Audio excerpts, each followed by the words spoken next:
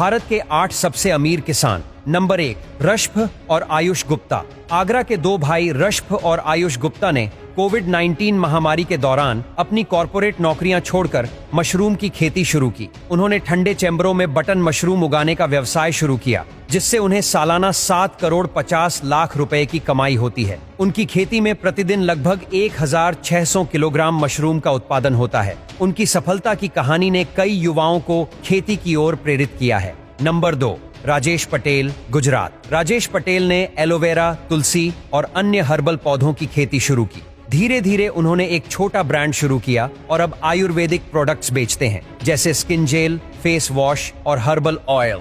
आज उनका ब्रांड पूरे भारत में बिकता है और सालाना 4 से 5 करोड़ की कमाई करता है। उन्होंने खेती को बिजनेस में बदल दिया। नंबर 3, हरप्रीत सिंह, पंजाब। हरप्रीत ने खेतों में टेक्नोलॉजी ला दी। वो ड्रोन से फसल की निगरानी करते हैं, सेंसर्स से मिट्टी की नमी चेक करते हैं और हर चीज डिजिटल रखते हैं। उन्होंने गेहूं, मक्का और सब्जियों की हाई क्वालिटी पैदावार शुरू की और एक छोटी एग्रीटेक कंपनी भी बना ली। उनकी सालाना कमाई 3 करोड़ से भी ज्यादा है। नंबर 4, दीपक पाटिल, महाराष्ट्र। दीपक पाटिल ने खेतों में गेहूं या चावल नहीं बल्कि फूल उगाए। गुलाब, गेंदा, जरबेरा जैसे महंगे फूलों की खेती शुरू की।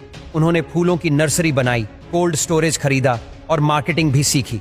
अब वो हर साल 2 करोड़ से ज्यादा की कमाई करते हैं और उनके फूल विदेशों में भी जाते हैं। नंबर 5, मलिक राजू, आंध्र प्रदेश। मलिक राजू पहले आम किसान थे, लेकिन उन्होंने अपनी सोच बदल दी। खेत में गेहूं धान उगाने की जगह मछली पालन शुरू किया।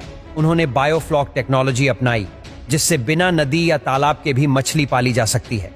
अब उनके पास करीब 200 एकड़ में फार्म है और वो हर साल करीब 2 से 3 करोड़ तक की कमाई करते हैं। आज वो दूसरों को भी ट्रेनिंग देते हैं। नंबर 6, दिनेश चौधरी, मध्य प्रदेश। दिनेश चौधरी ने सोच लिया कि खेती में भी कुछ नया करना है। उन्होंने केमिकल्स छोड़कर ऑर्गेनिक स्ट्रॉबेरी, बेल पेपर और विदेशी सब्जियों की खेती शुरू की। उनकी फसलें अब मुंबई, दिल्ली के होटलों और सुपरमार्केट तक जाती हैं। आज वो हर साल करीब 1 करोड़ 50 लाख तक कमा रहे हैं। उन्होंने दिखा दिया कि कम जमीन में भी बड़ा मुनाफा हो सकता है। नंबर 7, सुधा और रमेश, कर्नाटक। इस जोड़ी ने मिलकर एक मिसाल कायम की। सुधा और रमेश ने ऑर्गेनिक खेती शुरू की और देसी बीजों को प्रमोट किया।